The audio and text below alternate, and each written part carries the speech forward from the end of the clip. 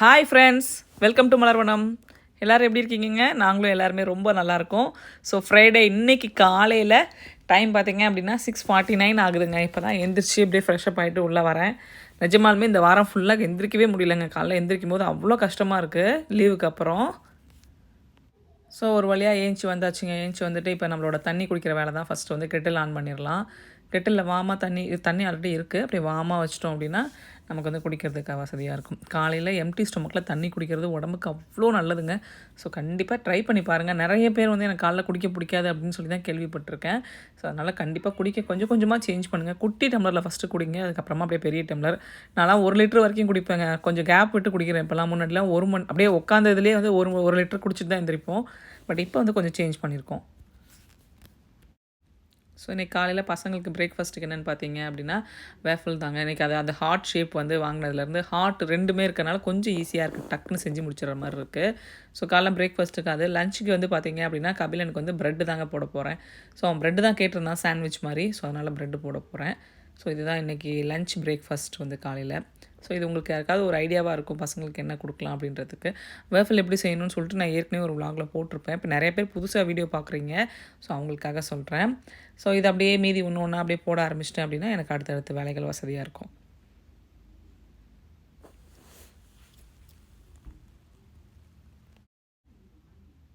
இதுக்கு தொட்டுக்க வந்து தேனுங்க. இப்போ ரீசெண்ட் டைமில் ஹனி தான் நிறைய போகுது. நானும் இது வின்டர் டைம் அப்படின்றதுனால விட்டுட்டேன், ஹனி ஓகே தான் அப்படின்னு சொல்லிட்டு.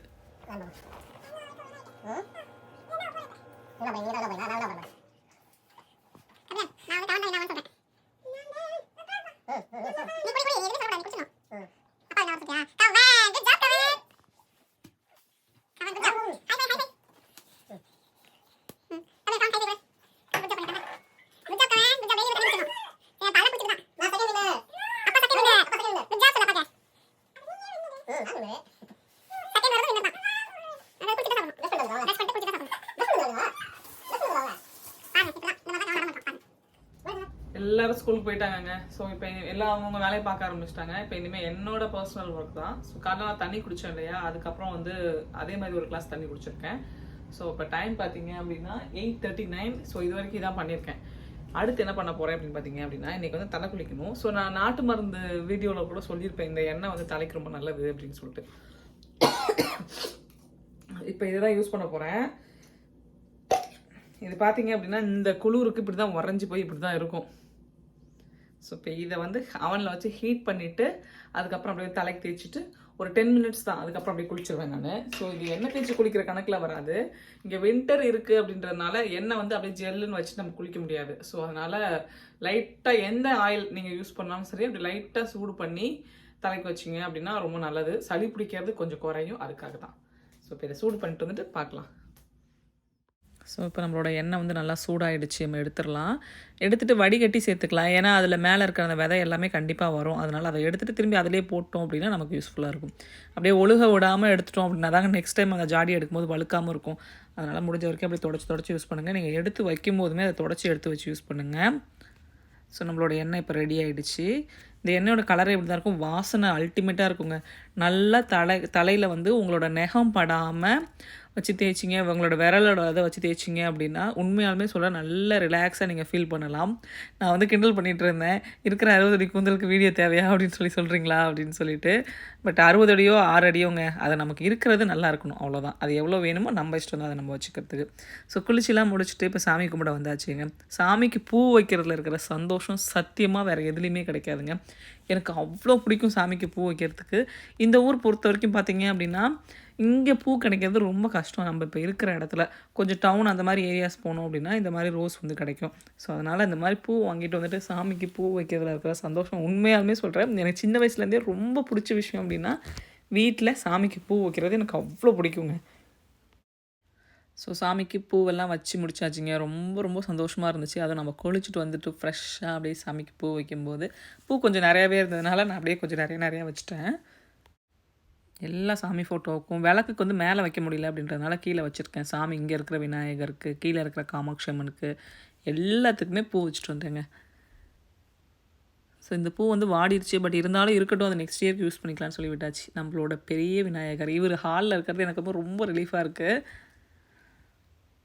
ஸோ இந்த பக்கம் வந்து சாய்ராம், நம்மளோட இது வந்து அரவிந்தோ இதில் வாங்கிட்டு பாண்டிச்சேரியில் வாங்கிட்டு வந்தது. இந்த பக்கம் வந்து பார்த்திங்க அப்படின்னா சாய்பாபா எல்லாத்துக்கும் பூ வச்சு முடிச்சாச்சுங்க. இப்போ விளக்கேற்றி சாமி கும்பிட்டுருலாங்க. ஸோ ஃப்ரைடே அன்றைக்கி காலையில் யாருக்கு தாங்க பிடிக்காது அப்படியே குளிச்சுட்டு மங்களகரமாக வந்து விளக்கேற்றி சாமி கும்பிட்றதுக்கு. ஸோ அந்த ஃபீல்லாம் வந்து அது அப்படியே என்ன சொல்கிறது, கம்ப்ளீட் அந்த டே ஃபுல்லாக நமக்கு நெக்ஸ்ட்டு ஃப்ரைடே எப்போ வரும்னு வெயிட் பண்ணுற அளவுக்கு ஒரு சந்தோஷத்தை கொடுக்குங்க எனக்குலாம். ஸோ இப்போ நம்ம விளக்கை வந்து ஏற்றிடலாங்க. நான் வந்து 3 விளக்கு வச்சுருப்பேன். ஒன்று வந்து ராகுகால பூஜைக்கு ஏற்றுற விளக்கு, இன்னொன்று வந்து நம்மளோட காமாட்சி அம்மன் விளக்கு, இன்னொன்று வந்து வாராகி அம்மனுக்கு ஏற்றுற விளக்கு. ஸோ வாராகி அம்மன் விளக்கும் நான் நல்ல விளக்கு ஏற்றும் போது ஏற்றிடுவேன். நல்ல விளக்குன்னு சொல்கிறது நம்மளோட காமாட்சி அம்மன் விளக்கு ஏற்றும் போது நான் ஏற்றிடுவேன்.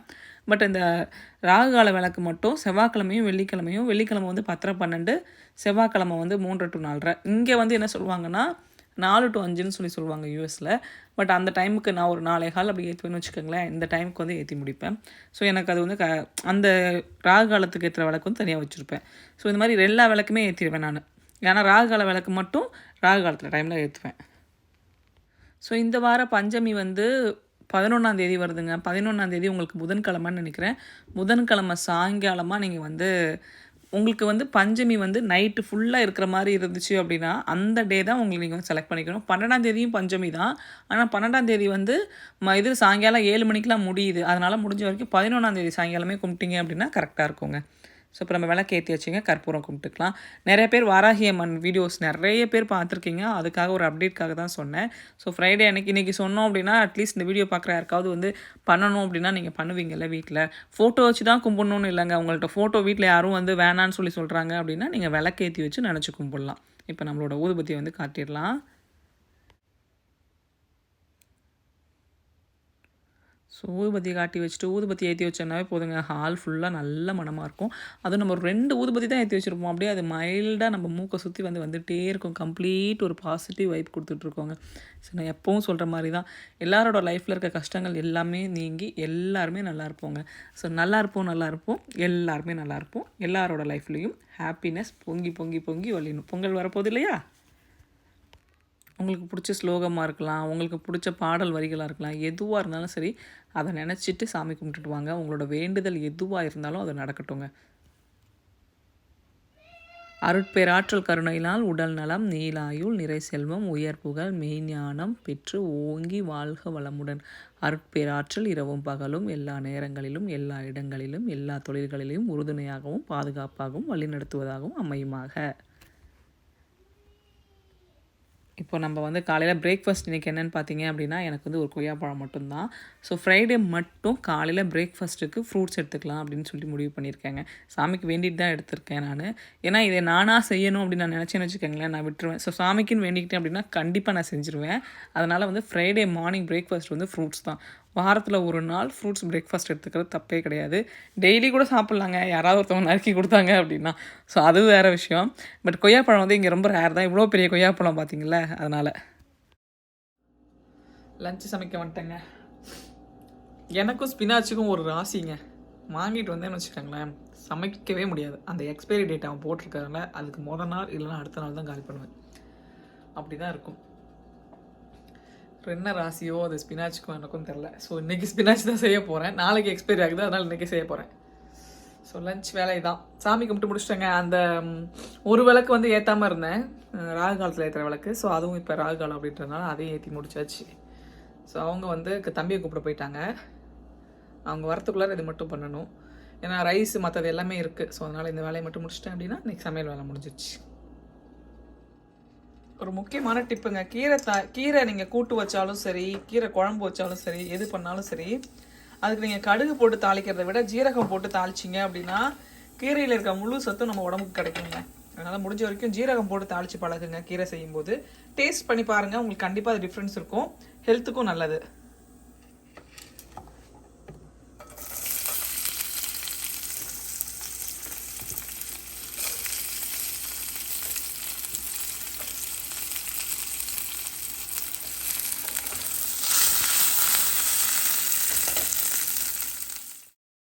லஞ்ச் வந்து சூப்பராக ரெடி ஆகிடுச்சிங்க. நம்மளோட வரகரிசி சாதம், கீரைப்பருப்பு, அவரைக்காய் பொரியல் அருமையாக ரெடி ஆகிடுச்சு.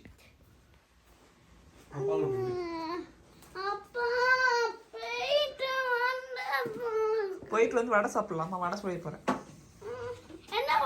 ஏஞ்சி உட்காரு ஃபஸ்ட்டு. ஏஞ்சி உட்காரு ஃபஸ்ட்டு. இல்லை இல்லை பருப்பு போட்டு வடை.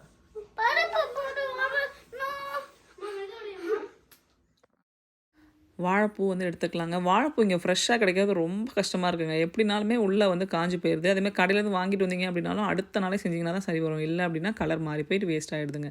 நிறைய பேர் வாழைப்பூவில் அந்த தண்டையும் பிச்சிருவாங்க, சைடில் இருக்க அந்த வெள்ளை பார்ட்டையும் பிச்சிருவாங்க. பட் உண்மையாலுமே சொல்கிறேன், அந்த மூக்குத்தி மாதிரி மேலே இருக்குது பார்த்தீங்களா, தீப்பெட்டியோட குச்சி மாதிரி, இதை மட்டும் நீங்கள் எடுத்திங்கன்னா போதும். அந்த சைடில் இருக்க இதை வந்து எடுக்காதீங்க. அதுதான் வந்து உடம்புக்கு ரொம்ப நல்லது. ஸோ நீங்கள் எந்த காய் யார் சொன்னாலும் சரிங்க, அதை பற்றி ஒரு ரிசர்ச் பண்ணுங்கள். இங்கே கூகுள்லேயோ எதுலையோ போயிட்டு அதில் அந்த பாட்டில் என்ன சத்து இருக்குதுன்னு சொல்லிட்டு பாருங்கள். அதனால் அதை முடிஞ்ச வரைக்கும் அந்த குச்சி மட்டும் எடுத்துருங்க. ஏன்னா அது மட்டும்தான் வந்து நமக்கு வந்து செரிமானம் ஆகாது, குக் ஆகாது. அதனால் அதை எடுக்க சொல்லுவாங்க. ஸோ இப்போ நம்ம வாழைப்பூ அரைஞ்சி அப்படியே போட்டுடலாங்க. இப்போ பார்த்தீங்கன்னாவே தெரிஞ்சிருக்கோம். நான் இதுலேருந்து இது எடுக்கவே இல்லை. இது எடுக்காதீங்க, அதான் நல்லது. அப்படியே கட் பண்ணுவோம்.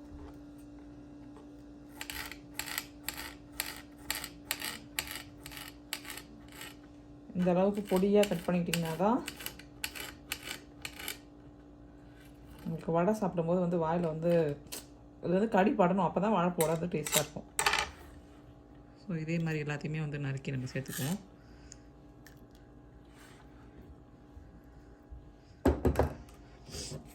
ஒரு 10 போல் காஞ்சி மிளகா எடுத்துக்கோங்க. நான் எடுத்துருக்க அளவுக்கு இந்த மிளகா கொஞ்சம் காரம் கம்மியாக இருக்குன்றதுனால நான் ஒரு 10 மிளகா எடுத்திருக்கேன். ஸோ இப்போ அது கூடவே வந்து ஒரு 4-5 பல் பூண்டு, நல்லா கடலப்பருப்பு அப்படின்றதுனால கண்டிப்பாக பூண்டு சேர்த்துக்கோங்க. இப்போ இதில் கொஞ்சமாக பருப்பு சேர்த்து ஃபஸ்ட்டு இதை நல்லா அரைச்சிடலாம். தண்ணி வந்து இல்லாமல் ஒட்டை வடிச்சிட்டேன் நான். ரொம்ப நீங்கள் ஃபில்ட்ரு பண்ணி வடிக்கணுன்ற அவசியம் இல்லைங்க. லைட்டாக கொஞ்சம் தண்ணியும் இருந்தால் தான் வடை வந்து நல்லாயிருக்கும். ஸோ அதனால் லேசாக தண்ணி நல்லா வடிச்சிருங்க. ஸ்ட்ரெயினரில் போட்டு ரொம்ப வடிக்க தேவையில்ல. அந்த அளவுக்கு இருந்துச்சுன்னா சரியாக இருக்கும். இப்போ இதை அரைச்சிட்டு வந்துடலாம். ஃபஸ்ட்டு நல்லா வந்து ஃபைனாக அரைச்சிட்டு வந்துடலாம். ஃபஸ்ட்டு வந்து பூண்டு மிளகா அரைச்சிட்டு அது கூடவே திரும்பி இன்னும் கொஞ்சம் பருப்பு போட்டு அரைச்சி எடுத்துருக்கேங்க. இந்த மாதிரி இருக்கணும், ஒன்றும் அதிகமாக அரைச்சிருக்கணும். வாழைப்பூ வடை பொறுத்த வரைக்கும் பார்த்தீங்க அப்படின்னா உங்களுக்கு பட்டாணி பருப்பை விட கடலைப்பருப்பு தான் வந்து டேஸ்ட் நல்லாயிருக்கும். அதனால் நீங்கள் வந்து கடலைப்பருப்பு போட்டு செஞ்சு பாருங்கள். பட்டாணி பருப்பும் வேணால் ஒரு தடவை போட்டு செஞ்சு பாருங்கள். உங்களுக்கு எது பிடிச்சிருக்கோ அதை எடுத்துக்கோங்க. இப்போ நான் வந்து கடலைப்பருப்பு தான் ஊற வச்சு செஞ்சுருக்கேன். ஸோ இப்போ இதை மாற்றிட்டு மீதி இருக்கிறதையும் அரைச்சி எடுத்துக்கலாம். ஸோ இப்போ நம்மளோட மாவு ரெடிங்க. அடுத்து பார்த்தீங்க அப்படின்னா இந்த பக்கம் வந்து நான் இதை வந்து நம்ம ஸ்ட்ரெயினரில் போட்டு வடிகட்டி வைக்கணும் நம்மளோட வாழைப்பூ. இப்போ இதை நல்லா வடிச்சிடலாம், தண்ணி வந்து இல்லாமல். நான் வந்து இப்போ தான் வடித்து விட்டேன். அப்படி நல்லா அப்படி வடித்து விட்டிங்க அப்படின்னா கரெக்டாக ரெடியாக இருக்கும். ஸோ இப்போ வந்து இதை சேர்த்துடலாம். அடுத்து பார்த்தீங்க அப்படின்னா இதில் உப்பும் கொத்தமல்லி தழையும் தாங்க சேர்க்கணும், வேறெல்லாம் எதுவும் தேவையில்லை.